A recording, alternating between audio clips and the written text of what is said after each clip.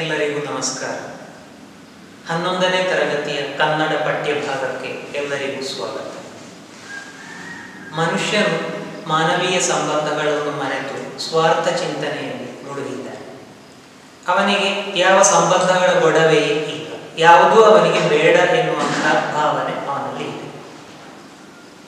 ಅವನು ತನ್ನ ಸ್ವಾರ್ಥಕ್ಕಾಗಿ ಪ್ರಕೃತಿಯನ್ನು ಹಾಳುಗೆಡಹುತ್ತಾನೆ. ಅಂದರೆ ತನಗೆ ಏನು ಲಾಭವಿದೆಯೋ ಅದನ್ನು ಮಾತ್ರ ಮಾಡುವುದಕ್ಕೆ ಹಾತೊರೆಯುತ್ತಿದ್ದಾರೆ. ಇದರಿಂದಾಗಿ ಪ್ರಕೃತಿ ಹಾಳಾಗುತ್ತಿದೆ. ಪ್ರಕೃತಿ ಹಾಳಾಗುವುದು ಎಂದರೆ ಜಗತ್ತು ಹಾಳಾಗುವುದು ಎಂದೇ ಅರ್ಥ. ಅವನ ನಿರಂತರ ಭೋಗಾಸಕ್ತಿ, ಮಿತಿಮೀರಿದ ದೌರ್ಜನ್ಯ ಮುಂತಾದವುಗಳಿಂದಾಗಿ ಪ್ರಕೃತಿ ದಿನೇ ದಿನೇ ನಾಶವಾಗುತ್ತಾ ಬರುತ್ತಿದೆ.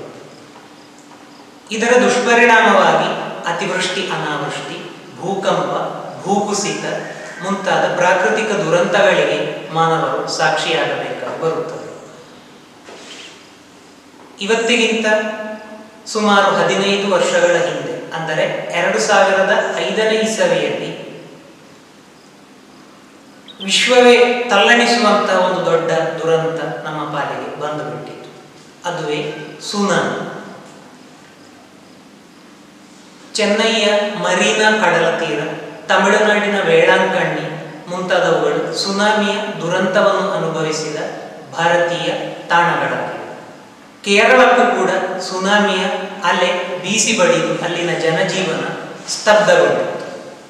26 ಡಿಸೆಂಬರ್ 2005 ಜಗತ್ತು ಕಂಡು ಕೇಳಿ ಅರಿಯದಂಥ ಪ್ರಾಕೃತಿಕ ವಿಕೋಪವೊಂದು ವಿಶ್ವದ ಇತಿಹಾಸದಲ್ಲಿ ಅಚ್ಚಳಿಯದ ಅಧ್ಯಾಯವೊಂದನ್ನು ಸೃಷ್ಟಿಸಿತು. ಇಂಡೋನೇಷ್ಯಾದ ಸುಮಾತ್ರಾದಲ್ಲಿ ಕಡಲ ಹೊಡಲು ಕಂಪಿಸಿ ಅದರ ಅಡಿಯಿಂದ ಹುಟ್ಟಿದ ಸುನಾಮಿಯ ರಕ್ಕಸ ಅಲೆಗಳು 2 ಗಂಟೆಗಳೊಳಗೆ 2000 ಕಿಲೋಮೀಟರ್ ದೂರದ ದಕ್ಷಿಣ ಭಾರತದವರೆಗೂ ನುಗ್ಗಿ ಬಂದು ಕಡಲ ತೀರಕ್ಕೆ ಬೀಸಿ ಬಡಿದ ರಭಸಕ್ಕೆ ಭೂಮಿಯು ತನ್ನ ಅಕ್ಷದಲ್ಲಿಯೇ ಕೆಲವು ಕ್ಷಣ ಥರಥರನೆ ಕಂಪಿಸಿತು. ಬರ್ಮಾದ ಭೂಭಾಗವು ಪಲ್ಲಟಗೊಂಡು 30 ಅಡಿ ಮೇಲ್ಮುಖವಾಗಿ ಸಿಡಿದು ನಿಂತ ಪರಿಣಾಮವಾಗಿ ಶಾಂತ ಸಾಗರವು ಉಗ್ರ ರೂಪವನ್ನು ತಾಳಿ ಮುಗಿಲೆತ್ತರಕ್ಕೆ ಚಿಮ್ಮಿದ ಸಾಗರದ ಅಲೆಗಳು ಕೊಡಲೊಳಗೆ ಹುದುಗಿಟ್ಟ ರೋಷವನ್ನು ಕಿತ್ತು ಹೊರಹಾಕುವಂತೆ ಅಬ್ಬರಿಸುತ್ತಾ ಧಾವಿಸಿ ಬಂದವು. 7 ರಾಷ್ಟ್ರಗಳನ್ನು ಕಬಳಿಸಲು ಹೊರಟ ಸುನಾಮಿ ಅಲೆಗಳ ರೋಷಕ್ಕೆ ಕಡಲ ತೀರದ ಸಾವಿರಾರು ಹಳ್ಳಿಗಳು ನೀರು ಪಾಲಾದವು. ದೈತ್ಯ ಅಲೆಗಳ ಅಟ್ಟಹಾಸಕ್ಕೆ ಲೋಕವೇ ತತ್ತರಿಸಿತು. ಅಮಾಯಕ ಮಂದಿಗಳು ಜೀವವನ್ನು ತೆತ್ತರು. ಕಾಣೆಯಾದವರಿಗಾಗಿ ಹುಡುಕಾಟ, ಕರುಳು ಕಿತ್ತು ಬರುವ ರೋದನ, ಅನಾಥ ಹೆಣಗಳು, ಲಕ್ಷದ ಗಡಿಯನ್ನು ಮೀರಿದ ಮೃತರು, ಮಾನವ ದೇಹಗಳನ್ನು ತನ್ನೊಳಗೆ ಎಳೆದೊಯ್ದು ಮತ್ತೆ ದಡಕ್ಕೆ ತಂದೆಸೆಯುವ ಅಲೆಗಳು, ಅಗೆದಷ್ಟು ಸಿಗುವ ಕಳೇಬರಗಳು, ಮನೆಮಠಗಳನ್ನು ಕಳೆದುಕೊಂಡು ನಿರ್ಗತಿಕರಾದ ಜನರು, ಹೀಗೆ ಮನುಕುಲವನ್ನೇ ಆಪೋಷಣ ತೆಗೆದುಕೊಳ್ಳಲು ಜನರ ಮೇಲರಗಿದ ಸುನಾಮಿಯು ನಿಸರ್ಗದ ಮುಂದೆ ಮಾನವನು ಬರೇ ಹುಡುಮಾನವ ಎಂಬುದನ್ನು ಸಾಬೀತುಪಡಿಸಿತು. ಸಾಗರದ ಆಳದಲ್ಲಿ ಉಂಟಾಗುವ ಭೂಕಂಪದಿಂದ ಹುಟ್ಟಿದ ದೈತ್ಯ ಅಲೆಗಳನ್ನು ಜಪಾನಿ ಭಾಷೆಯಲ್ಲಿ ಸುನಾಮಿ ಎನ್ನುತ್ತಾರೆ. ಸಮುದ್ರದೊಳಗೆ ಸಂಭವಿಸುವ ಭೂಕಂಪ ಮತ್ತು ಜ್ವಾಲಾಮುಖಿಯ ಸ್ಫೋಟದಿಂದಾಗಿ ಸುನಾಮಿಯ ಅಲೆಗಳು ಹುಟ್ಟಿಕೊಳ್ಳುತ್ತವೆ. ಭಾರಿ ಪ್ರಮಾಣದ ಭೂಕುಸಿತ, ಸ್ಫೋಟ ಮತ್ತು ಬೃಹತ್ ಗಾತ್ರದ ಉಲ್ಕೆಗಳು ಬಡಿದರೂ ಸುನಾಮಿಯು ಹುಟ್ಟಿಕೊಳ್ಳಬಹುದು. 26 ಡಿಸೆಂಬರ್ 2005ರಂದು ಭಾರತ, ಶ್ರೀಲಂಕಾ, ಇಂಡೋನೇಷ್ಯಾ ಸೇರಿದಂತೆ ಏಷ್ಯಾದ ವಿವಿಧೆಡೆಗಳಲ್ಲಿ ಅನಾಹುತಗಳನ್ನು ಸೃಷ್ಟಿಸಿದ ಸುನಾಮಿಯು ಹುಟ್ಟಿಕೊಂಡದ್ದು ಭೂಕಂಪದಿಂದ. ರಿಕ್ಟರ್ ಮಾಪನದಲ್ಲಿ ಕೇಂದ್ರವಿದ್ದದ್ದು ಇಂಡೋನೇಷಿಯಾದ ಜಕಾರ್ತಾದಿಂದ 1650 ಕಿಲೋಮೀಟರ್ಗಳಷ್ಟು ದೂರದಲ್ಲಿ, ಸುಮಾತ್ರಾ ಕಡಲ ತಡಿಯಿಂದ ಸುಮಾರು 10 ಕಿಲೋಮೀಟರ್ ಆಳ ಕಡಲಿನಲ್ಲಿ. ಹವಾಮಾನ ಇಲಾಖೆಯ ದಾಖಲೆಯಂತೆ 1881, 1941 ಮತ್ತು 2005ನೇ ಇಸವಿಗಳಲ್ಲಿ ಭಾರತದ ಕರಾವಳಿಗೆ ಒಟ್ಟು 3 ಬಾರಿ ಸುನಾಮಿಯು ಬೆಳೆದಿತ್ತು. ಹೆಚ್ಚು ಕಡಿಮೆ 60 ವರ್ಷಗಳ ಅಂತರದಲ್ಲಿ ಸುನಾಮಿಯು ಕಾಣಿಸಿಕೊಂಡಿತ್ತು. ಭೂಕಂಪವಾದ ಕೂಡಲೇ ಸುನಾಮಿಯು ಹೇಗೆ ಹುಟ್ಟಿಕೊಳ್ಳುತ್ತದೆ ಎಂಬ ಪ್ರಶ್ನೆಗೆ ಉತ್ತರವನ್ನು ಕಂಡುಕೊಳ್ಳಲು ಭೂಮಿಯ ಸ್ವರೂಪವನ್ನು ಅರ್ಥ ಮಾಡಿಕೊಳ್ಳಬೇಕು. ಭೂಮಿಯನ್ನು ಸೃಷ್ಟಿಸಿರುವುದು ಬೃಹತ್ ಗಾತ್ರದ ತಟ್ಟೆಗಳು. ಅದನ್ನು ಕಾಂಟಿನೆಂಟಲ್ ಪ್ಲೇಟ್ಸ್ ಎನ್ನುತ್ತಾರೆ. ಭಾರತದ ಭೂಭಾಗವಿರುವ ತಟ್ಟೆಯು ಬರ್ಮಾದ ಭೂಭಾಗವಿರುವ ತಟ್ಟೆಯನ್ನು ಮೀಟಿತು. ಆಗ ಆ ತಟ್ಟೆಯು ಇದ್ದಕ್ಕಿದ್ದಂತೆ 10 ಮೀಟರ್ಗಳಷ್ಟು ಮೇಲೇರಿದಾಗ ಸಮುದ್ರದೊಳಗೆ ಭೂಕಂಪ ಉಂಟಾಯಿತು. ಸಾವಿರಾರು ಕಿಲೋಮೀಟರ್ಗಳಷ್ಟು ವಿಸ್ತೀರ್ಣವನ್ನು ಹೊಂದಿದ ಸಾಗರದ ಅಡಿಪ್ರದೇಶವು ಒಮ್ಮೆಲೆ ಚಲಿಸಿದಾಗ ಆ ವ್ಯಾಪ್ತಿಯೊಳಗೆ ಎದ್ದ ಭಾರೀ ಅಲೆಗಳು ಗಂಟೆಗೆ 500ರಿಂದ 800 ಕಿಲೋಮೀಟರ್ಗಳಷ್ಟು ವೇಗವಾಗಿ ಕರಾವಳಿಯತ್ತ ಧಾವಿಸಿದವು. ಕರಾವಳಿಯ ಅಂಚಿಗೆ ತಲುಪುತ್ತಿದ್ದಂತೆ 20 ಮೀಟರ್ಗಿಂತಲೂ ಎತ್ತರದ ಹೆದ್ದೆರೆಗಳು ಸೃಷ್ಟಿಯಾದವು. ಈ ತೆರೆಗಳು ಕೆಳಗಿಳಿದಾಗ ನೀರು ಪ್ರವಾಹದ ರೂಪದಲ್ಲಿ ಸುತ್ತಲಿನ ಪ್ರದೇಶಗಳಿಗೆ ಹರಡಿ ತನಗೆ ಸಾಧ್ಯವಾಗುವ ಎಲ್ಲ ಅನಾಹುತಗಳನ್ನು ಉಂಟು ಮಾಡಿತು. ಸಾಗರದ ಅಡಿಯಲ್ಲಿ ಭೂಕಂಪವಾದ ತಕ್ಷಣವೇ ಹವಾಮಾನ ಇಲಾಖೆಯು ಕಾರ್ಯೋನ್ಮುಖವಾದರೂ ಅದಕ್ಕಿಂತ ಮೊದಲೇ ಸುನಾಮಿಯು ತನ್ನ ರುದ್ರತಾಂಡವವನ್ನು ಮುಗಿಸಿತು. ಮನುಕುಲದ ಬಲವನ್ನು ಮುಡುಗಿಸಿದ ಈ ಹೃದಯ ವಿದ್ರಾವಕ ಘಟನೆಗೆ ಸೃಜನಶೀಲ ಮನಸ್ಸು ಇನ್ನಿಲ್ಲದಂತೆ ಸ್ಪಂದಿಸಿತು. ಪತ್ರಿಕೆಗಳ ವರದಿಗಳು ಮಾತ್ರವಲ್ಲದೆ ಹಲವಾರು ಕತೆ, ಕವಿತೆ, ಸಂಶೋಧನೆ, ಚಲನಚಿತ್ರ, ಸಾಕ್ಷ್ಯಚಿತ್ರಗಳು ತಯಾರಾದವು. ಇದಕ್ಕೆ ಸಂಬಂಧಿಸಿದಂತೆ ನಿಮ್ಮ ಮುಂದೆ ಪಠ್ಯರೂಪವಾಗಿ ಡಾಕ್ಟರ್ H.L. ಪುಷ್ಪ ಅವರು ಬರೆದ ಸುನಾಮಿಯ ಹಾಡು ಎಂಬ ಕವಿತೆ ನಿಮಗೆ ಅಧ್ಯಯನಕ್ಕಾಗಿ ಅಳವಡಿಸಲಾಗಿದೆ.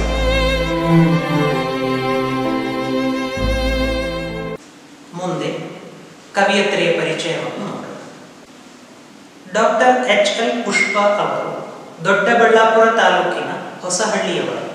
ಬೆಂಗಳೂರು ವಿಶ್ವವಿದ್ಯಾಲಯದಿಂದ MA ಪದವಿ ಹಾಗೂ ಹಂಪಿಯ ಕನ್ನಡ ವಿಶ್ವವಿದ್ಯಾನಿಲಯದಿಂದ PhD ಪದವಿ ಪಡೆದಿರುವ ಇವರು ಪ್ರಸ್ತುತ ಬೆಂಗಳೂರಿನ ಸರಕಾರಿ ಪದವಿ ಪೂರ್ವ ಕಾಲೇಜಿನಲ್ಲಿ ಕನ್ನಡ ಪ್ರಾಧ್ಯಾಪಕಿಯಾಗಿ ಸೇವೆ ಸಲ್ಲಿಸುತ್ತಿದ್ದಾರೆ.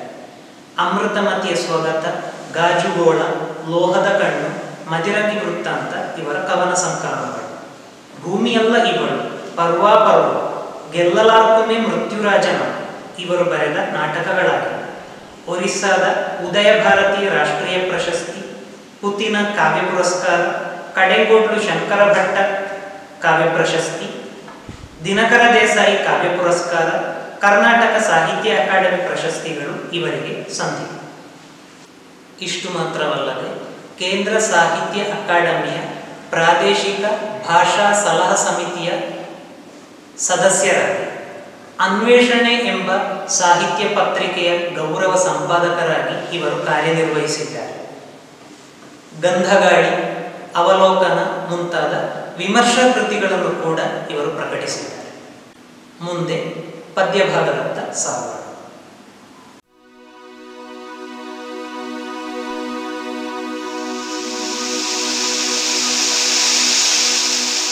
ಭೂಮಿಯೊಳಗಿನ ಜಲದ ತೆರೆ ಸರಿಯುತ್ತ ಮೆಲ್ಲನೆ ಒಳಗೊಳಗೆ ನುಂಗುತ್ತ ಕಾಣದಿದ್ದಷ್ಟೇ ಮೋಸ ಕಂಡದ್ದು ಕೂಡ ಮೊಸಳೆ ಬಾಯಂತೆ ಜಲದ ಕಣ್ಣು ತೆರೆದು ಕುಸಿಯುತ್ತ ಮಣ್ಣ ಪದರ ಎಲ್ಲ ಜೀವಜರಗಳು ಸಮಾಧಿಯೊಳಗೆ ಜಾರುತ್ತ ಆಹಾ ಪ್ರಳಯ ಇದು ಜಲ ಪ್ರಳಯ, ಪಾಪದ ಕೊಡ ತುಂಬಿದ ಜಗ ಪ್ರಳಯ. ಕುದಿವ ಕಡಲು ಮುಗಿದು ಎಲ್ಲ ಜೀವಜರಗಳ ಹೊರಕ್ಕೆ ನುಂಗುತ್ತದೆ ಎಲ್ಲ ಮನುಕುಲವ ಒಳಕ್ಕೆ. ಕೊಡಲ ಒಳಗೆ ಇನ್ನೇನಿದೆ, ಸತ್ತವರ ಎಲ್ಲ ಸತ್ತೆ ಹೊರ ಬೀಳುತ್ತಿದೆ. ಮಾಯವಾಗಿದೆ ಎಲ್ಲ ಹವಳಗಳ ದ್ವೀಪ, ಮಿನುಗುವ ಬಿಳಿ ಮುತ್ತುಗಳು ಕರೆವ ಮಕ್ಕಳ ಕೊರಳು, ಹಕ್ಕಿಗಳ ಪಿಸು ಮಾತು, ಮೀನುಗಾರನ ಬಲೆಯೊಳಗಿನ ಮೀನು ನೀರಿನಲ್ಲಿ ನರಳಿಕೆಯಾಗಿ ಅಲೆಯಬ್ಬರದ ಎದುರು ದನಿಗಳ ಕೊಂಡು ನೋವು ವಿಷಾದ ನಶ್ವರತೆ ಅಲುಗಿಸುವ ಜೀವನ ಭಯ. ಎಲ್ಲೋ ದೂರದಲ್ಲಿ ಭೂಮಿ ಕಂಪಿಸಿದರೆ, ಕಡಲು ಎಲ್ಲೆ ಮೀರಿ ಮೊರೆದರೆ, ಇಟ್ಟಿಗೆ ಮೇಲೆ ಇಟ್ಟಿಗೆ ಜೋಡಿಸಿದ ಗುಡಿ ಚರ್ಚು ಮಸೀದಿಗಳೆಲ್ಲ ಹಾರಿ ಹೋಗುತ್ತವೆ ಸಾಕ್ಷಿ ಇಲ್ಲದಂತೆ. ಕುಸಿದು ಹೋದ ಸಮಾಧಿಯ ಸುತ್ತ ನಾಳೆ ಉತ್ಖನನ ನಡೆಸುವವರು ಪಿಕಾಸಿ ಹಿಡಿದು ಎಲ್ಲಿಂದಾಗೆಯಬೇಕೆಂದು ನಕಾಶೆ ಹುಡುಕುತ್ತಾರೆ. ವಾಸ್ಕೋಡ ಗಾಮನ ನಾವೆ ಟೈಟಾನಿಕ್ ಅವಶೇಷಗಳು ಕಾಗದದ ದೋಣಿಗಳಾಗಿ ತೇಲುತ್ತಾ ಮಂಗಳವೋ ಶುಕ್ರವೋ ಯಾವುದಾದರೊಂದು ಗ್ರಹ ಹುಡುಕಲೇಬೇಕು. ಉಳಲು ಬಿತ್ತಲು ಮನೆಯ ಕಟ್ಟಲು ಮತ್ತೆ ತೊಟ್ಟಿಲು ತೂಗಲು, ಹೌದು ಇತಿಹಾಸದ ಚಕ್ರ ಸುತ್ತಲೇಬೇಕು. ಅಣುಯುಗದಿಂದ ಶಿಲಾಯುಗಕ್ಕೆ, ಶಿಲಾಯುಗದಿಂದ ಮತ್ತೊಂದು ಯುಗಕ್ಕೆ, ಅಣುಯುಗದಿಂದ ಶಿಲಾಯುಗಕ್ಕೆ, ಶಿಲಾಯುಗದಿಂದ ಮತ್ತೊಂದು ಯುಗಕ್ಕೆ.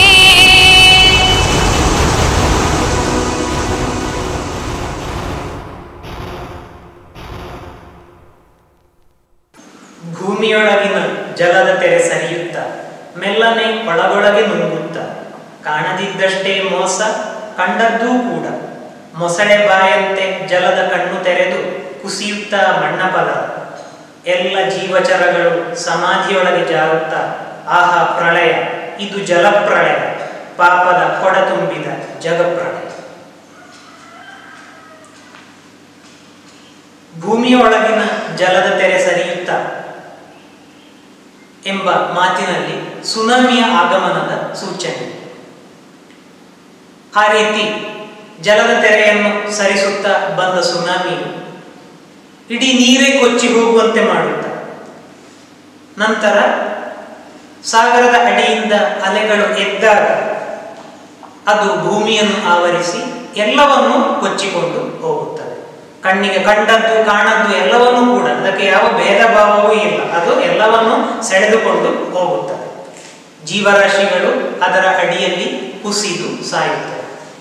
ಇಲ್ಲಿ ಮೊಸಳೆ ಬಾಯ ತೆರೆದಂತೆ ಎಂಬ ಪ್ರಯೋಗವನ್ನು ಗಮನಿಸುತ್ತದೆ. ಬಹಳ ಸೂಕ್ತವಾದ ಪದ ಪ್ರಯೋಗ. ಮೊಸಳೆಯು ಬಾಯಿಯನ್ನು ತೆರೆದಾಗ ಅದರೊಳಗೆ ಇತರ ಜೀವಜಾಲಗಳೆಲ್ಲವೂ ಹೊಕ್ಕು ನಾಶವಾಗುವ ಹಾಗೆ, ಈಗ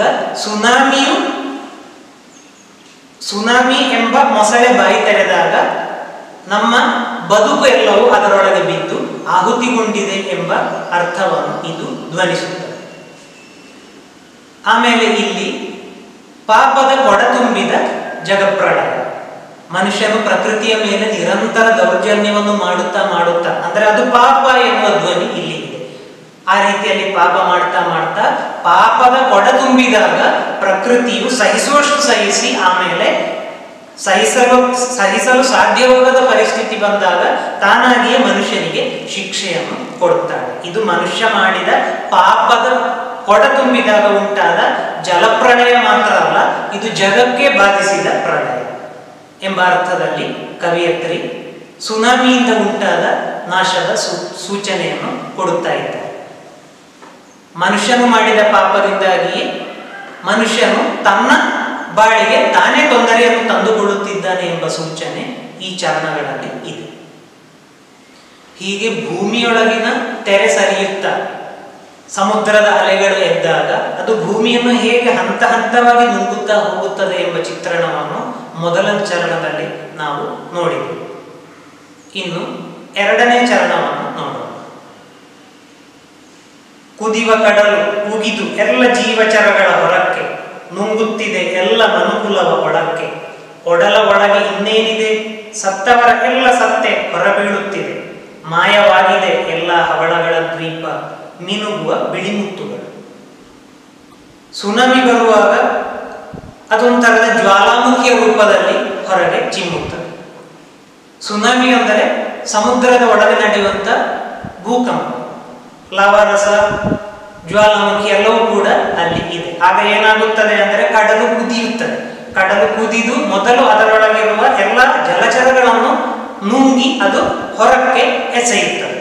ಆಮೇಲೆ ಅದು ಭೂಮಿಗೂ ವ್ಯಾಪಿಸಿ, ನೆಲಕ್ಕೂ ವ್ಯಾಪಿಸಿ ಅಲ್ಲಿ ಇರುವ ಮನುಷ್ಯರನ್ನು ಸೆಳೆದು ಒಳಗೆ ಬೀಳಿಸುತ್ತದೆ. ಒಳಗೆ ಸೆಳೆದು ಅವರ ಜೀವವನ್ನು ಕೂಡ ಆಹುತಿ ತೆಗೆದುಕೊಳ್ಳುತ್ತದೆ. ಒಡಲ ಒಳಗೆ ಇನ್ನೇನಿದೆ, ಸತ್ತವರ ಸತ್ತೆ ಹೊರಬೀಳುತ್ತದೆ. ಇಲ್ಲಿ ಸತ್ತೆ ಅಂದರೆ ವ್ಯವಸ್ಥೆ ಎಂದು ಅರ್ಥ. ಹೀಗೆ ಮನುಷ್ಯ ವೈಜ್ಞಾನಿಕವಾಗಿ ಮುಂದುವರಿದು, ಪ್ರಕೃತಿಗೆ ಸಡ್ಡು ಹೊಡೆದು ಪ್ರಕೃತಿಯನ್ನು ಶೋಷಿಸುತ್ತಾ ವೈಜ್ಞಾನಿಕವಾಗಿ ಮುಂದುವರಿದು ಅವನು ಭೂಮಿಯಲ್ಲಿ ಹಲವು ವ್ಯವಸ್ಥೆಗಳನ್ನು ಮಾಡಿಟ್ಟಿದ್ದಾನೆ. ಹಲವು ಕಟ್ಟಡಗಳನ್ನು, ಹಲವು ವೈಜ್ಞಾನಿಕ ಸಂಶೋಧನೆಗಳನ್ನೆಲ್ಲವನ್ನು ಕೂಡ ಅವನು ಮಾಡಿಟ್ಟಿದ್ದಾನೆ. ಆದರೆ ಅದು ಒಂದೇ ಕ್ಷಣದಲ್ಲಿ, ಪ್ರಕೃತಿ ಮನಸ್ಸಿಟ್ಟರೆ ಒಂದೇ ಕ್ಷಣದಲ್ಲಿ ಅದೆಲ್ಲವೂ ನಾಶ ಮಾಡುವುದಕ್ಕೆ ಸಾಧ್ಯ ಎಂಬುದನ್ನು ಈ ಸಾಲು ಧ್ವನಿಸುತ್ತದೆ. ಹಾಗೆ ಮನುಷ್ಯ ಮಾಡಿದ ಎಲ್ಲ ವ್ಯವಸ್ಥೆಗಳನ್ನು ಒಂದೇ ಏಟಿಗೆ ಇಲ್ಲಿ ಸುನಾಮಿಯ ರೂಪದಲ್ಲಿ ಪ್ರಕೃತಿಯು ನಾಶ ಮಾಡಿದ್ದಾರೆ. ಸತ್ತವರ ಎಲ್ಲ ಸತ್ತೆ ಹೊರಬೀಳುತ್ತದೆ. ಮನುಷ್ಯರು ಸತ್ತು ಹೋದರೂ ಅವರು ಮಾಡಿದ ಎಲ್ಲ ವ್ಯವಸ್ಥೆಯು ಒಂದೇ ಏಟಿಗೆ ನಾಶವಾಯಿತು. ಈಗ ಒಂದರ್ಥದಲ್ಲಿ ಮನುಷ್ಯ ಪ್ರಕೃತಿಯೊಂದಿಗೆ ಯುದ್ಧ ಮಾಡುತ್ತಾ ಇದ್ದಾನೆ. ತಾನು ಪ್ರಕೃತಿಯನ್ನು ಸೋಲಿಸಿದೆ ಎಂದು ಬೀಗುತ್ತಿದ್ದಾನೆ. ಆದರೆ ಪ್ರಕೃತಿಯ ಎದುರು ಅವನು ಎಂದಿದ್ದರೂ ಕೂಡ ಸಣ್ಣವನೇ. ಪ್ರಕೃತಿಯ ವಿರುದ್ಧ ಹೋದರೆ ಅವನು ಒಂದು ಕಾಲಕ್ಕೂ ಉಳಿಯುವುದಿಲ್ಲ ಎಂದು ಇದರಿಂದ ವ್ಯಕ್ತವಾಗುತ್ತದೆ. ಮಾಯವಾಗಿದೆ ಎಲ್ಲ ಹವಳಗಳ ದ್ವೀಪ, ಮಿನುಗುವ ಬಿಳಿಮುತ್ತುಗಳು. ಸಮುದ್ರ ಅಂತ ಹೇಳಿದರೆ ಒಂದು ಸುಂದರವಾದ ಕಲ್ಪನೆ ನಮ್ಮಲ್ಲಿ ಇತ್ತು. ಹವಳದ ದ್ವೀಪ, ಬಿಳಿಮುತ್ತುಗಳು ಮುಂತಾದವುಗಳೆಲ್ಲವೂ ಕೂಡ ನಮ್ಮ ಮನಸ್ಸಿನಲ್ಲಿ ಬರುವ ಒಂದು ಸೌಂದರ್ಯಪರವಾದ ಕಲ್ಪನೆಗಳು. ಆದರೆ ಈಗ ಅದೆಲ್ಲವೂ ಹೋಗಿ ಒಂದು ಭಯಾನಕವಾದ ಚಿತ್ರಣವೇ ನಮ್ಮ ಮನಸ್ಸಿನಲ್ಲಿ ಉಳಿದು ಬಿಟ್ಟಿದೆ. ಅಷ್ಟು ಭೀಕರವಾಗಿ ಪ್ರಕೃತಿ ಮಾನವನು ಮಾಡಿದ ತಪ್ಪನ್ನು ಎಚ್ಚರಿಸುವ ಮೂಲಕ, ಅದಕ್ಕೆ ಎಚ್ಚರಿಕೆಯನ್ನು ನೀಡುವ ಮೂಲಕ ಅವನಿಗೆ ಕಠೋರವಾದ ಶಿಕ್ಷೆಯನ್ನೇ ಕೊಟ್ಟು ಬಿಟ್ಟಿದ್ದಾರೆ. ಮುಂದಿನ ಭಾಗವನ್ನು ಓದೋಣ. ಕರೆವ ಮಕ್ಕಳ ಕೊರಳು, ಹಕ್ಕಿಗಳ ಪಿಸುಮಾತು, ಮೀನುಗಾರನ ಬಲೆ, ಬಲೆಯೊಳಗಿನ ಮೀನು, ನೀರಿನಲ್ಲಿ ನರಳಿಕೆಯಾಗಿ ಅಲೆಯ ಅಬ್ಬರದ ಎದುರು ದನಿ ಕಳೆದುಕೊಂಡು, ನೋವು, ವಿಷಾದ, ನಶ್ವರತೆ, ಅಲುಗಿಸುವ ಜೀವದ ಭಯ. ಈ ಸಾಲಿನಲ್ಲಿ ಸುನಾಮಿಯ ಆಟೋಟೋಪದಿಂದಾಗಿ, ಸುನಾಮಿಯ ಅಬ್ಬರದಿಂದಾಗಿ ಯಾವ ರೀತಿಯ ನಾಶನಷ್ಟಗಳು ಉಂಟಾದವು ಎಂಬುದನ್ನು ಹೇಳಿದ್ದಾರೆ. ಏನೆಲ್ಲ ನಾಶವಾಯಿತು, ಯಾರೆಲ್ಲ ತೀರ್ಕೊಂಡ್ರು? ಕರೆವ ಮಕ್ಕಳ ಕೊರಳು, ಹಕ್ಕಿಗಳ ಪಿಸುಮಾತು, ಮೀನುಗಾರನ ಬಲೆ, ಇವುಗಳೆಲ್ಲವೂ ಕೂಡ ನಾಶವಾದವು. ಪುಟ್ಟ ಮಕ್ಕಳು ಸೆಳೆತಕ್ಕೆ ಸಿಕ್ಕಿ ತೀರಿಕೊಂಡ್ರು. ಹಕ್ಕಿಗಳ ಪಿಸುಮಾತು, ಹಕ್ಕಿಗಳು ಕೂಡ ಸತ್ತು ಹೋದರು. ಮೀನುಗಾರನ ಬಲೆ, ಬಲೆಯೊಳಗಿನ ಮೀನು ಸಹ ಸುನಾಮಿಗೆ ಬಲೆಯಲ್ಲಿ ಬಿಟ್ಟರು. ಅವುಗಳೆಲ್ಲವೂ ಕೂಡ ನೀರಿನಲ್ಲಿ ನರಳಿಕೆಯಾಗಿ, ಎಷ್ಟೇ ದೊಡ್ಡಕ್ಕೆ ಆರ್ತನಾದ ಮಾಡಿದರೂ ಕೂಡ ಮುಳುಗುವ ನೀರಿನಲ್ಲಿ ಅದು ಕೇವಲ ನರಳಿಕೆಯಾಗಿ ಮಾತ್ರ ಕೇಳಿಸಿಕೊಂಡಿತು. ನೀರಿನಲ್ಲಿ ನರಳಿಕೆಯಾಗಿ ಅಲೆಯಬ್ಬರದ ಎದುರು ದನಿಯನ್ನೇ ಕಳೆದುಕೊಂಡು ಬಿಟ್ಟಿತು. ಆಮೇಲೆ ಕೊನೆಗೂ ಉಳಿದದ್ದೇನು? ಪ್ರಕೃತಿಯ ವಿರುದ್ಧ ಸಡ್ಡು ಹೊಡೆದ ಮನುಷ್ಯನ ಮನಸ್ಸಿನಲ್ಲಿ ಉಳಿದದ್ದು ಕೇವಲ ಭಯ, ನಶ್ವರತೆ, ನೋವು ಮಾತ್ರ. ಅದರಿಂದ ಆಚೆ ಬೇರೆ ಏನೂ ಇಲ್ಲ. ಉಳಿದದ್ದು ಅಷ್ಟೇ, ಬೇರೆ ಎಲ್ಲವೂ ನಾಶವಾದವು. ಉಳಿದದ್ದು ಅಂದರೆ ಮನುಷ್ಯನ ಕೆಲವು ಭಯಭೀತ ಭಾವನೆಗಳು, ನೋವು, ನಶ್ವರತೆ ಮತ್ತು ಜೀವ ಹೋಗುವಂತಹ ಹೆದರಿಕೆ. ಅವನು ಭಯದ ವಾತಾವರಣದಲ್ಲಿಯೇ ಬದುಕುವಂತೆ ಆಯಿತು. ಯಾವಾಗ ಸುನಾಮಿ ತಮ್ಮ ಮೇಲೆ ಅಥವಾ ತಾವು ವಾಸಿಸುವ ಪ್ರದೇಶದ ಮೇಲೆಯೂ ಬರಬಹುದು ಎನ್ನುವ ಭಯದಿಂದ ಅವರು ಕೂಡ ಆ ರೀತಿ ಭಯದಲ್ಲಿಯೇ ಕಾಲ ಕಳೆಯುವಂತೆ ಆಯಿತು. ಪ್ರಕೃತಿ ಅಷ್ಟರ ಮಟ್ಟಿಗೆ ಭಯಾನಕವಾಗಿ ಅವನ ಎದುರು ತನ್ನ ರೌದ್ರ ಸ್ವರೂಪವನ್ನು ತೋರಿಸಿದ್ದಾರೆ ಎಂದು ಇಲ್ಲಿ ಅರ್ಥ ಮಾಡಿಕೊಳ್ಳಬಹುದು. ಮುಂದಿನ ಭಾಗವನ್ನು ಓದೋಣ. ಎಲ್ಲೋ ದೂರದಲ್ಲಿ ಭೂಮಿ ಕಂಪಿಸಿದರೆ, ಕಡಲು ಎಲ್ಲೆ ಮೀರಿ ಮೊರೆದರೆ, ಇಟ್ಟಿಗೆ ಮೇಲೆ ಇಟ್ಟಿಗೆ ಜೋಡಿಸಿದ ಗುಡಿ, ಚರ್ಚು, ಮಸೀದಿಗಳೆಲ್ಲ ಹಾರಿ ಹೋಗುತ್ತವೆ ಸಾಕ್ಷಿ ಇಲ್ಲದಂತೆ. ಕುಸಿದು ಹೋದ ಸಮಾಧಿಯ ಸುತ್ತ ನಾಳೆ ಉತ್ಖನನ ನಡೆಸುವವರು ಪಿಕಾಸಿ ಹಿಡಿದು ಎಲ್ಲಿಂದ ಅಗೆಯಬೇಕೆಂದು ನಕಾಶೆ ಹುಡುಕುತ್ತಾರೆ. ಸುನಾಮಿ ಬಂದು ಹೋದ ನಂತರ ಉಂಟಾಗುವ ದುಷ್ಪರಿಣಾಮವನ್ನು ನಾವು ಇಲ್ಲಿ ಕಾಣುತ್ತೇವೆ. ಸುನಾಮಿ ಬಂದು ಹೋದ ನಂತರ ಯಾವ ರೀತಿ ಭೂಮಿ ಅಸ್ತವ್ಯಸ್ತವಾಯಿತು, ಮನುಷ್ಯನ ವ್ಯವಸ್ಥೆಗಳು ಹೇಗೆ ಹಾಳಾದವು ಎಂಬುದನ್ನು ಕೆಲವೇ ಮಾತುಗಳಲ್ಲಿ ಹೆಚ್ಚು ವಿವರಣೆ ಇಲ್ಲದೆ ಮನಮುಟ್ಟುವಂತೆ ಕವಿಯತ್ರಿ ವಿವರಿಸಿದ್ದಾರೆ. ಎಲ್ಲೋ ದೂರದಲ್ಲಿ ಭೂಮಿ ಕಂಪಿಸಿದರೆ ಕಡಲು ಎಲ್ಲೇ ಮೀರಿ ಮೊರೆದರೆ ಮನುಷ್ಯ ಎಷ್ಟೇ ವ್ಯವಸ್ಥೆಗಳನ್ನು, ಎಷ್ಟೇ ದೊಡ್ಡ ಕಟ್ಟಡಗಳನ್ನು, ವೈಜ್ಞಾನಿಕ ಸಂಶೋಧನೆಗಳನ್ನು ಎಲ್ಲವನ್ನು ಮಾಡಿರಬಹುದು. ಪ್ರಕೃತಿಗಿಂತ ಪುರುಷನೇ ಆದರೆ ಮಾನವನೇ ಶ್ರೇಷ್ಠ ಎಂದು ಅವನು ಬೀಗಿರಬಹುದು. ಆದರೆ ಇಷ್ಟೆಲ್ಲ ವ್ಯವಸ್ಥೆಗಳನ್ನು, ಕಟ್ಟಡಗಳನ್ನು ಕಟ್ಟಿದ್ರು, ಸಂಶೋಧನೆಗಳನ್ನು ಮಾಡಿ ಅದೆಷ್ಟೇ ಸಂಶೋಧನಾ ಕೇಂದ್ರಗಳನ್ನು ಮಾಡಿದರೂ ಕೂಡ ಎಲ್ಲೋ ಒಂದು ಕಡೆ ಭೂಮಿ ಸಣ್ಣಕ್ಕೆ ಅಲುಗಿದ್ರೆ ಸಾಕು, ಭೂಕಂಪವಾಗಿಕೊಂಡು ಎಲ್ಲವೂ ಕೂಡ ಒಂದೇ ಕ್ಷಣದಲ್ಲಿ ನಾಶವಾಗುತ್ತದೆ. ಇಟ್ಟಿಗೆ ಮೇಲೆ ಇಟ್ಟಿಗೆ ಜೋಡಿಸಿದ ಗುಡಿ, ಚರ್ಚು, ಮಸೀದಿಗಳೆಲ್ಲವೂ ಹೇಳ ಹೆಸರಿಲ್ಲದೆ ಹಾದು ಹೋಗುತ್ತವೆ. ಇಲ್ಲಿ ವೇಳಂಕಣ್ಣಿ ಇಗರ್ಜಿಯಲ್ಲಿ ನಡೆದ ವಿಚಾರವನ್ನು ನಿಮ್ಮ ಮುಂದೆ ಪ್ರಸ್ತಾಪಿಸಲೇಬೇಕು. ಡಿಸೆಂಬರ್ 26, 2005 ಎಲ್ಲರೂ ಕೂಡ ಕ್ರಿಸ್ಮಸ್ ಸಂದರ್ಭವನ್ನು ಆಚರಿಸುತ್ತಿದ್ದ ಒಂದು ಸಂತಸದ ಕ್ಷಣ. ಆ ಸಂದರ್ಭದಲ್ಲಿ ವೇಳಂಕಣ್ಣಿ ಇಗರ್ಜಿಯಲ್ಲಿ ಪ್ರಾರ್ಥನೆ ನಡೆಯುತ್ತಾ ಇತ್ತು. ತಮಿಳರ ಸರದಿ ಮುಗಿದು ಮಲಯಾಳಿಗಳ ಸರದಿ ಆರಂಭವಾಗಿತ್ತು. ಇಗರ್ಜಿಯಲ್ಲಿ ಜನರು ಎಷ್ಟು ತುಂಬಿದ್ದರು ಅಂದ್ರೆ ಒಳಗೆ ನಿಲ್ಲುವುದಕ್ಕೂ ಜಾಗ ಇಲ್ಲದೆ ಹೊರಗೆ ಕೂಡ ನಿಂತಿದ್ದರು. ಇದ್ದಕ್ಕಿದ್ದಂತೆ ಭಯಾನಕವಾದ ಒಂದು ಸದ್ದಿನೊಂದಿಗೆ ಇಗರ್ಜಿಯ ತಡೆಗೋಡೆಯನ್ನು ಭೇದಿಸಿ ನುಗ್ಗಿದ ಸುನಾಮಿಯು ಅದರ ಒಳಗೆ ಇದ್ದ ಎಲ್ಲ ಮನುಷ್ಯರ ಜೀವವನ್ನು ಬಲಿ ತೆಗೆದುಕೊಂಡಿತ್ತು. ಕೊಚ್ಚಿಕೊಂಡು ಹೋದವರ ಲೆಕ್ಕ ಇಂದಿಗೂ ಸಿಗಲಿಲ್ಲ. ಹೆಚ್ಚಿನವರು ಕೂಡ ಪರ ಊರಿನವರಾಗಿದ್ದರು. ಆಮೇಲೆ ಮಾರ್ಗಶಿರ ಮಾಸದ ಹುಣ್ಣಿಮೆಯ ದಿನದಂದು ಜನರು ಸಮುದ್ರ ಸ್ನಾನಕ್ಕಾಗಿ ಕಾದು ನಿಂತಿದ್ದರು. ಒಟ್ಟು 300 ಮಂದಿ ಇದ್ದರು ಎಂದು ಸ್ಥೂಲವಾಗಿ ಹೇಳಲಾಗುತ್ತದೆ. ಅವರು ಸಮುದ್ರ ಸ್ನಾನಕ್ಕಾಗಿ ಕಾಯುತ್ತಾ ಇರುವಾಗ ಇದ್ದಕ್ಕಿದ್ದಂತ ಸುನಾಮಿ ಅವರ ಪಾಲಿಗೆ ಯಮನಾಗಿ ಬಂದದ್ದು ಅವರಿಗೆ ಗೊತ್ತೇ ಆಗಲಿಲ್ಲ.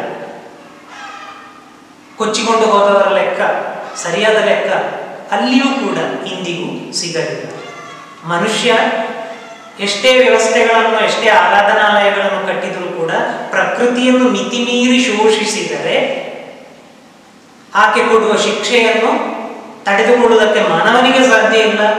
ಮಾತ್ರವಲ್ಲ, ಮಾನವನನ್ನು ಕಾಪಾಡುವುದಕ್ಕೆ ಯಾವ ದೇವರಿಗೂ ಕೂಡ ಸಾಧ್ಯ ಇಲ್ಲ ಎನ್ನುವುದನ್ನು ಇಲ್ಲಿ ಬಹಳ ಪರಿಣಾಮಕಾರಿಯಾಗಿ ಕವಿಯತ್ರಿ ಹೇಳಿದ್ದಾರೆ.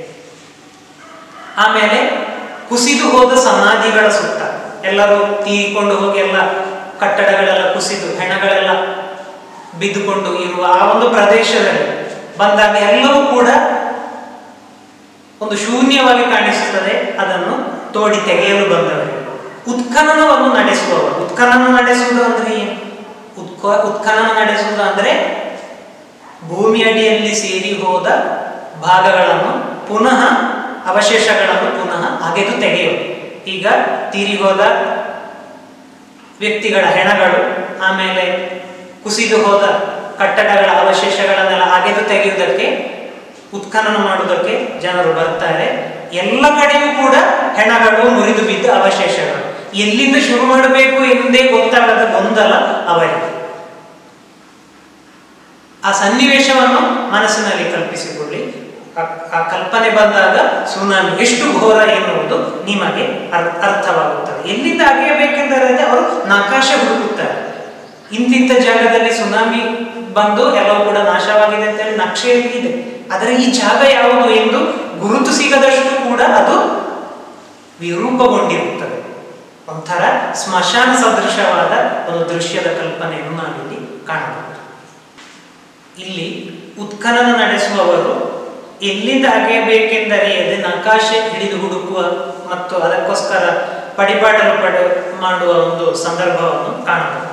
ಮೊದಲೇ ಹೇಳಿದಂತೆ ಉತ್ಖನನ ಎಂದರೆ ಪ್ರಾಚೀನ ಅವಶೇಷಗಳನ್ನು ಅಗೆಯುವುದು. ಇದನ್ನು ಉತ್ಖನನ ಎಂದು ಹೇಳ್ತಾರೆ. ಅಂದರೆ ಇಲ್ಲಿ ಸುನಾಮಿ ಬಂದು ಎಲ್ಲ ನಾಶ ನಷ್ಟಗಳನ್ನು ಉಂಟು ಮಾಡಿ ಇಲ್ಲಿ ಇಂಥ ಭೂಪ್ರದೇಶ ಇತ್ತು ಎನ್ನುವುದನ್ನೇ ಮರೆಸಿಬಿಟ್ಟಿದೆ. ಕಾಲಾಂತರದಲ್ಲಿ ಮುಂದೆ ಇದರ ಕುರಿತು ಅಧ್ಯಯನ ಮಾಡುವುದಕ್ಕಾಗಿ ಬರುವವರು ನಕ್ಷೆಯನ್ನು ತಗೊಂಡು ಬರುತ್ತಾರೆ. ಇಲ್ಲಿ ನಕ್ಷೆ ಅಂದರೆ ಒಂದು ಭೂಪ್ರದೇಶದಲ್ಲಿ ಯಾವ ಯಾವ ಮಂದಿಗಳು, ಯಾವ ಯಾವ ಮನುಷ್ಯರು, ಆಮೇಲೆ ಯಾವ ಯಾವ ರೀತಿಯ ಮನೆಗಳು ಇದ್ದವು ಎಂಬುದನ್ನು ಗುರುತು ಹಿಡಿಯುವುದಕ್ಕಿರುವ ಒಂದು ಭೂಪಟ ಎಂದು ಸ್ಥೂಲವಾಗಿ ಹೇಳ್ಬೋದು. ಅಂದರೆ ಇಲ್ಲಿ ಈ ಒಂದು ಸನ್ನಿವೇಶ ಎಲ್ಲವೂ ನಾಶವಾಗಿ ಮುಂದಿನ ಕಾಲಾಂತರದಲ್ಲಿ ಬರುವವರು ನಕ್ಷೆ ಹಿಡಿದುಕೊಂಡು ಎಲ್ಲಿಂದ ಅಗೆಯಬೇಕೆಂದರಿಯದೆ ಪಡಿಪಾಟಲು ಅನುಭವಿಸುತ್ತಿರುವುದನ್ನು ಇಲ್ಲಿ ಹೇಳಿದ್ದಾರೆ. ಅಂದ್ರೆ ಇಲ್ಲಿ ಗುಡಿ, ಚರ್ಚು, ಮಸೀದಿ ಎಲ್ಲ ಧರ್ಮಗಳಿಗೆ ಸೇರಿದ ಜನರು ಕೂಡ ಸಮಾಂತರವಾಗಿ ನಾಶವಾಗಿದ್ದಾರೆ. ಪ್ರಕೃತಿಗೆ ಯಾವುದೇ ಭೇದ ಭಾವ ಇಲ್ಲ. ಆಮೇಲೆ ಮುಂದಿನ ಕಾಲಘಟ್ಟದಲ್ಲಿ ಇದರ ಬಗ್ಗೆ ಹೆಚ್ಚಿನ ಅಧ್ಯಯನವನ್ನು ಮಾಡುವುದಕ್ಕೆ ಬರುವವರು ಇದು ಏನಾಯಿತು, ಯಾಕಾಯಿತು, ಹೇಗಾಯಿತು ಎಂದು ಅರಿಯುವುದಕ್ಕೆ ಸಾಧ್ಯವಿಲ್ಲದೆ ಕಷ್ಟಪಡುವ ಒಂದು ಸನ್ನಿವೇಶವನ್ನು ನಾವು ಇಲ್ಲಿ ಗಮನಿಸಬಹುದು. ಮುಂದೆ ಹೋಗೋಣ. ವಾಸ್ಕೋ ಡ ಗಾಮನ ನಾವೆ ಟೈಟಾನಿಕ್ಕಿನ ಅವಶೇಷಗಳು ಕಾಗದದ ದೋಣಿಗಳಾಗಿ ತೇಲುತ್ತಾ ಮಂಗಳವೋ ಶುಕ್ರವೋ ಯಾವುದಾದರೊಂದು ಗ್ರಹ ಹುಡುಕಲೇಬೇಕು. ಉಳಲು, ಬಿತ್ತಲು, ಮನೆ ಕಟ್ಟಲು, ಮತ್ತೆ ತೊಟ್ಟಿಲು ತೂಗಲು. ಹೌದು, ಇತಿಹಾಸದ ಚಕ್ರ ಸುತ್ತಲೇಬೇಕು. ಅಣುಯುಗದಿಂದ ಶಿಲಾಯುಗಕ್ಕೆ, ಶಿಲಾಯುಗದಿಂದ ಮತ್ತೊಂದು ಯುಗಕ್ಕೆ. ಇಲ್ಲಿ ವಾಸ್ಕೋ ಡ ಗಾಮನ ನಾವೆ ಮತ್ತು ಟೈಟಾನಿಕ್ಕಿನ ಅವಶೇಷಗಳು, ಇವುಗಳು ಚರಿತ್ರೆಯಲ್ಲಿ ಆ ಕಾಲಕ್ಕೆ ದೊಡ್ಡ ಮಹತ್ವವನ್ನು ಪಡೆದ ಸಂಗತಿಗಳು. ವಾಸ್ಕೋ ಡ ಗಾಮ ಭಾರತಕ್ಕಿರುವ ಜಲಮಾರ್ಗವನ್ನು ಕಂಡುಹಿಡಿದ ಎಂದು ಹೇಳ್ತಾರೆ. ಆಮೇಲೆ ಟೈಟಾನಿಕ್ ನಾವೆ, ಟೈಟಾನಿಕ್ ಹಡಗು ಅಂದರೆ ಆ ಕಾಲದಲ್ಲಿ ವಿದೇಶಿಯರು ರೂಪಿಸಿದ್ದ ಒಂದು ಐಷಾರಾಮಿ ಹಡಗು. ಆ ಕಾಲಕ್ಕೆ ಅದೊಂದು ದೊಡ್ಡ ವಿಶ್ವದಲ್ಲಿ ಸಂಚಲನವನ್ನು ಮೂಡಿಸಿದ ಕೆಲವೊಂದು ಪ್ರತಿರೂಪಗಳಾಗಿದ್ದವು. ಆದರೆ ಕಾಲ ಎಷ್ಟೊಂದು ನಿಷ್ಠುರವೆಂದರೆ ಒಳಿತನ್ನು ಕೆಡುಕನ್ನು ಅದು ಸಮಸಮವಾಗಿ ಸಮಗೊಳಿಸುತ್ತದೆ. ಇಲ್ಲಿ ಟೈಟಾನಿಕ್ನ ಪ್ರಸಂಗವನ್ನು ಪ್ರತ್ಯೇಕವಾಗಿ ಗಮನಿಸೋಣ. ಟೈಟಾನಿಕ್ ಎಂಬ ಐಷಾರಾಮಿ ಹಡಗನ್ನು ನಿರ್ಮಿಸಿದಾಗ ಅದರ ನಿರ್ಮಾಪಕರು ಇದು ಒಮ್ಮೆಯೂ ಮುಳುಗುವುದಿಲ್ಲ ಎಂಬ ಭವಿಷ್ಯವನ್ನು ಕೊಟ್ಟಿದ್ದಾರೆ. ಆದರೆ ಅದು ಮೊದಲ ಯಾತ್ರೆಯಲ್ಲಿ ಮುಳುಗಡೆಯಾಯಿತು. ಇಲ್ಲಿ ಒಮ್ಮೆಯೂ ಮುಳುಗುವುದಿಲ್ಲ ಎನ್ನುವುದು ಮಾನವನ ಅಹಂಕಾರದ ಪ್ರತೀಕ. ಎಷ್ಟೇ ಇದ್ರೂ ಕೂಡ ಮನುಷ್ಯ ಪ್ರಕೃತಿ ಎದುರು ನಿಲ್ಲಲಾರ ಎಂಬುದನ್ನು ಅವತ್ತೇ ಸೂಚನೆಯ ರೂಪದಲ್ಲಿ ನಮಗೆ ಸಿಕ್ಕಿತ್ತು. ನಾವು ಇಂದಿಗೂ ಎಚ್ಚೆತ್ತುಕೊಳ್ಳಲಿಲ್ಲ ಎನ್ನುವುದು ಮಾತ್ರ ದುರದೃಷ್ಟಕರವಾದ ವಿಚಾರ. ಹೀಗೆ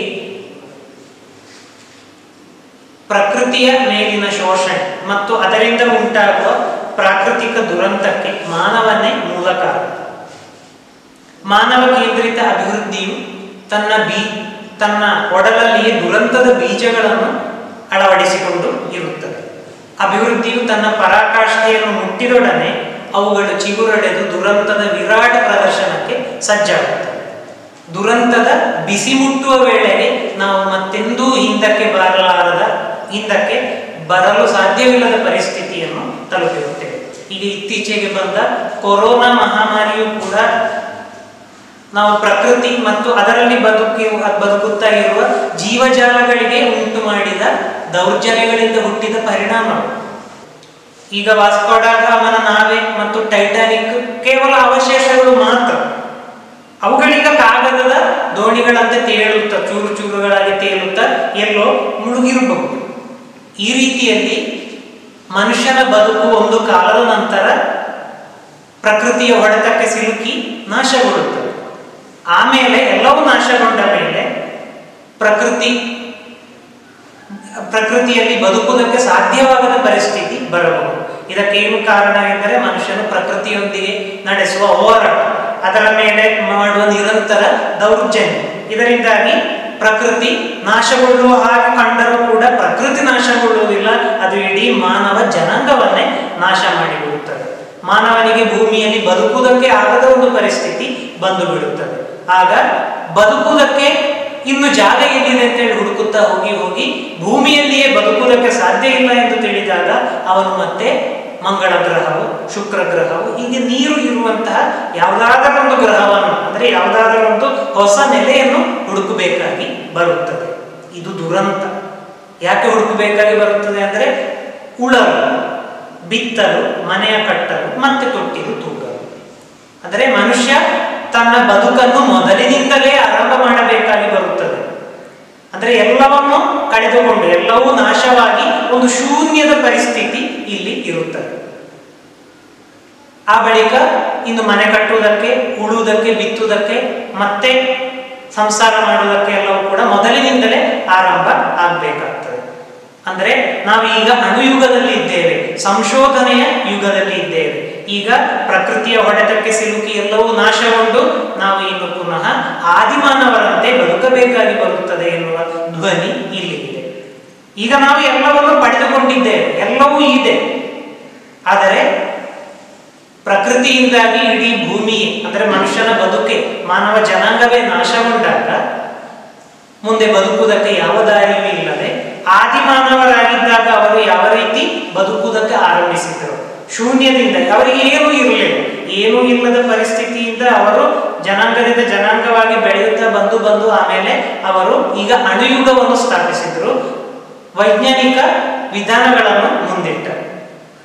ಈಗ ಅದೆಲ್ಲವೂ ಕೂಡ ನಾಶವಾಗಿ ಬಿಟ್ಟರೆ, ಮಾನವ ಇನ್ನಾದರೂ ಎಚ್ಚೆತ್ತುಕೊಳ್ಳದಿದ್ದರೆ, ಅದು ನಾಶವಾಗಿ ಬಿಟ್ಟರೆ, ಮನುಷ್ಯನ ಬದುಕು ನೂರಬಟ್ಟೆಯಾದರೆ ಆಮೇಲೆ ಅವನು ಆದಿಮಾನವನಂತೆ ಆಗಿ ಎಲ್ಲವನ್ನು ಶೂನ್ಯದಿಂದ ಮತ್ತೆ ಆರಂಭಿಸಬೇಕಾಗುತ್ತದೆ ಎಂಬ ದುರಂತವನ್ನು ನಾವಿಲ್ಲಿ ಕಾಣುತ್ತಾ ಇದ್ದೇವೆ. ಹೀಗೆ ಸುನಾಮಿ ಮುಂತಾದ ಪ್ರಾಕೃತಿಕ ದುರಂತಗಳಿಂದ ಉಂಟಾಗುವ ನಾಶನಷ್ಟ ಸಣ್ಣ ಮಟ್ಟದಲ್ಲ. ಮನುಷ್ಯನಿಗೆ ನೆಲ ಎಷ್ಟಿದ್ದರೂ ಸಾಲದು, ಅವನು ನೆಲಕ್ಕೆ ಬೇಕಾಗಿ ಸಮುದ್ರವನ್ನೇ ಹಿಂದಕ್ಕೆ ತಳ್ಳುವ ಯೋಚನೆಯನ್ನು ಕೂಡ ಮಾಡಿದ್ದಾನೆ. ಈಗ ಮುಂಬಯಿಯ ಕೊಲಾಬಾದಲ್ಲಿರುವ ಭಾಗಗಳು ಇದೇ ರೀತಿ ಸಮುದ್ರದ ನಡುವೆ ತಡೆಗೋಡೆಯನ್ನು ಕಟ್ಟಿ ಸಮುದ್ರವನ್ನೇ ಹಿಂದಕ್ಕೆ ಅಟ್ಟಿ ಮಾಡಿದ ಕೆಲವೊಂದು ಭಾಗಗಳು ಈಗ ಮುಂಬಯಿಯಲ್ಲಿ ಇವೆ. 1400 ದಶಕದಲ್ಲಿ ನೆದರ್ಲ್ಯಾಂಡಿನವರು ಇದೇ ಚಾತುರ್ಯವನ್ನು ಪ್ರಯೋಗಿಸಿದ್ದರು. ಅವರು ಡೈಕ್ ಎಂಬ ತಡೆಗೋಡೆಗಳನ್ನು ಕಟ್ಟಿ ಸಮುದ್ರವನ್ನು ಹಿಂದಕ್ಕೆ ಅಟ್ಟಿ ಅವರು ಭೂಮಿಯನ್ನು ಹೊಸತಾಗಿ ಸೃಷ್ಟಿಸಿದರು. ಆದರೆ ದುರಂತವೆಂದರೆ ಏನಾಯ್ತು ಅಂದ್ರೆ ಅದು ಸಮುದ್ರ ಹಿಂದಕ್ಕೆ ಹೋಗುವ ಸಂದರ್ಭದಲ್ಲಿ ನೇರ ಹಿಂದಕ್ಕೆ ಹೋಗಿ ನೆದರ್ಲ್ಯಾಂಡಿನ ಭೂಮಿಯ ಇನ್ನೊಂದು ಭಾಗವನ್ನು ಕಬಳಿಸಿಬಿಟ್ಟಿತು. ಈ ರೀತಿಯಲ್ಲಿ ಮುಂದುವರಿದ ಸಮುದ್ರವು ಪುನಃ 1421ನೇ ಇಸವಿಯಲ್ಲಿ ಆ ಡೈಕ್ ಎಂಬ ತಡೆಗೋಡೆಗಳನ್ನೇ ಭೇದಿಸಿ ಸಾವಿರಾರು ಲಕ್ಷಾಂತರ ಜನರ ನೆದರ್ಲ್ಯಾಂಡಿನ ಜನರ ಬದುಕನ್ನೇ ಬಲಿ ತೆಗೆದುಕೊಂಡಿತ್ತು. ಇದು ಮನುಷ್ಯ ಪ್ರಕೃತಿಯನ್ನೇ ಪಲ್ಲಟಗೊಳಿಸುವುದಕ್ಕೆ ಹೋದಾಗ ಉಂಟು ಮಾಡಿದ ದುರಂತ. ಆ ರೀತಿ ಮುಂದುವರಿದರೆ ಯಾವುದು ಕೂಡ ಮುಂದುವರಿಯುವುದಕ್ಕೆ ಇಲ್ಲ, ಮುಂದೆ ಯಾವುದು ಕೂಡ ಶಾಶ್ವತವಾಗಿ ಉಳಿಯುವುದಕ್ಕೆ ಸಾಧ್ಯವಿಲ್ಲ ಎಂದು ತಿಳಿದಿದ್ದರೂ ಕೂಡ ಇತ್ತೀಚೆಗೆ 1990ರ ದಶಕದಲ್ಲಿ ಹಾಂಗ್ಕಾಂಗಿನಲ್ಲಿ ಸಮುದ್ರವನ್ನೇ ಪುನಃ ಹಿಂದಕ್ಕಟ್ಟಿ ಅವರು ವಿಮಾನ ನಿಲ್ದಾಣಗಳನ್ನು ನಿರ್ಮಿಸಿದರು. ಎಷ್ಟು ಎಚ್ಚರಿಸಿದ್ರು, ಪ್ರಕೃತಿ ಮಾತೆಯು ಎಷ್ಟು ಎಚ್ಚರಿಸಿದ್ರು ಕೂಡ ಮನುಷ್ಯನ ಅಂತರಂಗಕ್ಕೆ ನಾವು ಪ್ರಕೃತಿಯೊಂದಿಗೆ ಸಹಬಾಳ್ವೆ ಮಾಡಬೇಕು ಎನ್ನುವ ಭಾವನೆ ಇನ್ನೂ ಕೂಡ ಬರಲಿಲ್ಲ. ಇದು ಒಂದು ವಿಪರ್ಯಾಸ, ಬೇರೆ ವಿಧಿ. ಹೀಗೆ ನಾಗರಿಕತೆಯ ಉನ್ನತಿಯ ಆದರ್ಶದೊಡನೆ ಆರಂಭವಾಗುವ ಅಭಿವೃದ್ಧಿ ಕ್ರಿಯೆಗಳು ಮನುಷ್ಯನಿಗೆ ದುರಂತವಾಗುವುದು ವಿಪರ್ಯಾಸ. ಇದು ಪರಿಸ್ಥಿತಿಯ ಕ್ರೂರ ವ್ಯಂಗ್ಯ. ಮುಖ್ಯವಾದ ಮಾತು ಅಂದರೆ ಪ್ರಕೃತಿಯನ್ನು ಅಥವಾ ಅದರಲ್ಲಿರುವ ಇತರ ಜೀವಜಾಲಗಳನ್ನು ಶೋಷಣೆ ಮಾಡಿದ ಜನಾಂಗಕ್ಕೆ ಇದರ ಬಾಧೆ ಹೆಚ್ಚಾಗಿ ತಟ್ಟುವುದಿಲ್ಲ. ಈ ಜಲಪ್ರಳಯ, ಸುನಾಮಿ ಮುಂತಾದವುಗಳೆಲ್ಲ ಉಂಟಾಗುವಂತಹದ್ದು ಯಾರೋ ಮಾಡಿದ ಪಾಪದ ಫಲ. ಯಾರೋ ಪ್ರಕೃತಿಯನ್ನು ಶೋಷಣೆ ಮಾಡಿದ್ದಾರೆ, ಆದರೆ ಅದರಿಂದ ಉಂಟಾಗುವ ದುರಂತವನ್ನು ಅನುಭವಿಸುವವರು ಅದಕ್ಕೆ ಯಾವ ರೀತಿಯ ಸಂಬಂಧವೂ ಇಲ್ಲದ ಮುಂದಿನ ಜನಾಂಗ. ನಿಸರ್ಗವು ಕೇವಲ ಸಹನಮಯ್ಯ ಸಂಹಾರ ಮೂರ್ತಿಯೂ ಹೌದು. ಪ್ರಕೃತಿಯು ಒಳಿತನ್ನು ಮತ್ತು ಕೆಡುಕನ್ನು ಸಮಸಮವಾಗಿ ಸಮಗೊಳಿಸುತ್ತದೆ. ಮನುಕುಲದ ನಿರ್ಮಾಪಕರು ಅಳಿದುಳಿದ ಅವಶೇಷಗಳ ನಡುವೆ ಶೋಧವನ್ನು ನಡೆಸಬೇಕಾಗುತ್ತದೆ ಎಂಬ ಎಚ್ಚರಿಕೆಯನ್ನು ಇಲ್ಲಿ ಈ ಕವಿತೆಯು ನೀಡುತ್ತದೆ. ಮನುಷ್ಯನು ಹೊಸ ಕಾಲವನ್ನು ಎಷ್ಟೇ ಬಲಿಷ್ಠವಾಗಿ ನಿರ್ಮಿಸಿ ಆಧುನಿಕಗೊಳಿಸಿದರೂ ಕೂಡ ಅವನು ಪ್ರಕೃತಿಯ ಮುಂದೆ ನಿಲ್ಲಲಾರನು. ಅವನ ಮುಂದೆ ಗುಡಿ, ಮಸೀದಿ, ಇಗರ್ಜಿಗಳು ಉಳಿಯುವುದಿಲ್ಲ. ಪ್ರಕೃತಿಯ ಎದುರು ಇಡೀ ಚರಿತ್ರೆಯೇ ಉರುಳಿ ಹೋಗುತ್ತದೆ. ಆದ್ದರಿಂದ ಮನುಷ್ಯನು ತಾನು ಮಾತ್ರ ಶ್ರೇಷ್ಠ, ಭೂಮಿಯಲ್ಲಿ ತನಗೆ ಮಾತ್ರ ಬದುಕುವುದಕ್ಕೆ ಹಕ್ಕು ಇದೆ ಎಂದು ಆಲೋಚನೆಯನ್ನು ಮಾಡದೆ ಪ್ರಕೃತಿಯೊಂದಿಗೆ ಸಹಬಾಳ್ವೆಯನ್ನು ನಡೆಸಬೇಕಿದೆ. ಪ್ರಕೃತಿಯ ಶಕ್ತಿಗೆ ವಿಧೇಯನಾಗಬೇಕಿದೆ. ಇಲ್ಲಿಗೆ ಈ ಪಾಠ ಭಾಗವನ್ನು ನಿಲ್ಲಿಸೋಣ. ಮುಂದೆ ಚಟುವಟಿಕೆಯತ್ತ ಸಾಗೋಣ. ಸಂಕ್ಷಿಪ್ತವಾಗಿ ಬರೆಯಿರಿ. ಮನುಷ್ಯ ಎಷ್ಟೇ ಬಲಿಷ್ಠನಾಗಿ ಬೆಳೆದರೂ ನಿಸರ್ಗದೆದುರು ನಿಲ್ಲಲಾರ ಎಂಬುದನ್ನು ಕವನದ ಆಧಾರದಲ್ಲಿ ಸಮರ್ಥಿಸಿ ಬರೆಯಿರಿ. ಮುಂದಿನ ಪ್ರಶ್ನೆ.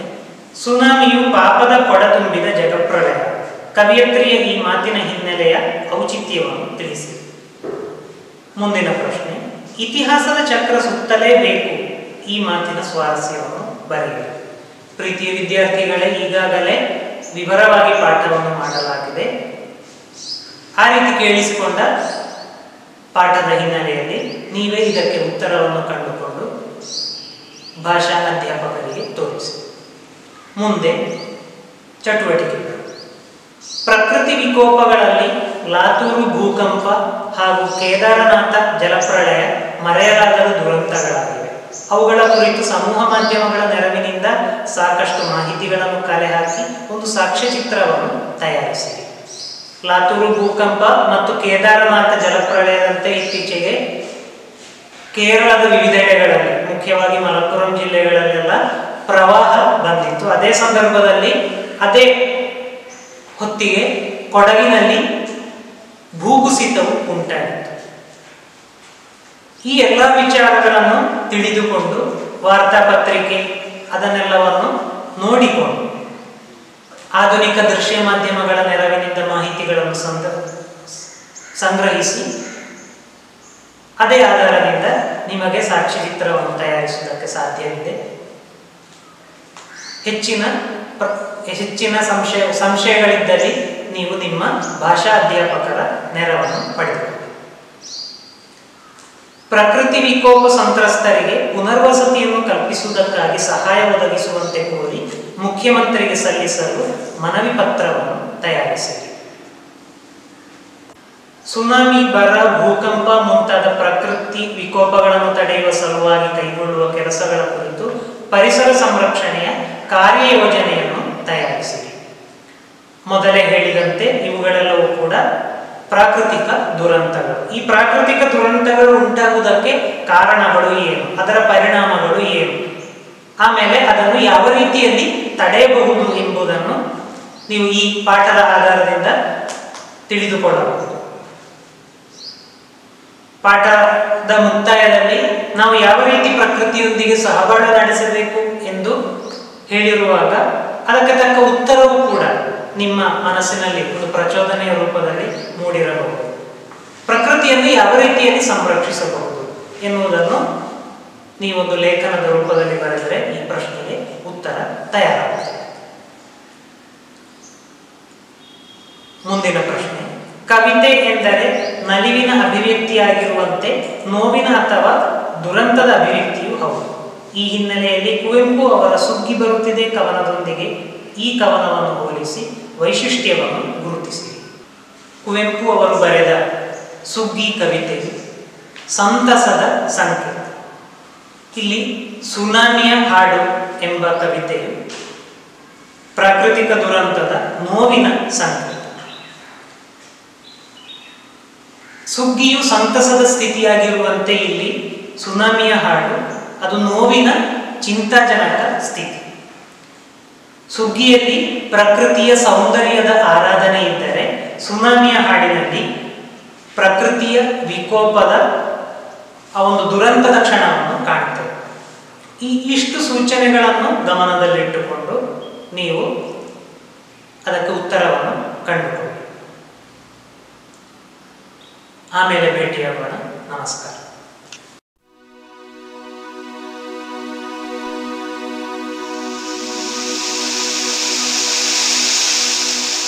ಭೂಮಿಯೊಳಗಿನ ಜಲದ ತೆರೆ ಸರಿಯುತ್ತ ಮೆಲ್ಲನೆ ಒಳಗೊಳಗೆ ನುಂಗುತ್ತ ಕಾಣದಿದ್ದಷ್ಟೇ ಮೋಸ ಕಂಡದ್ದು ಕೂಡ ಮೊಸಳೆ ಬಾಯಂತೆ ಜಲದ ಕಣ್ಣು ತೆರೆದು ಕುಸಿಯುತ್ತ ಮಣ್ಣ ಪದರ ಎಲ್ಲ ಜೀವಜರಗಳು ಸಮಾಧಿಯೊಳಗೆ ಜಾರುತ್ತ ಆಹಾ ಪ್ರಳಯ ಇದು ಜಲ ಪ್ರಳಯ ಪಾಪದ ಕೊಡ ತುಂಬಿದ ಜಗ ಪ್ರಳಯ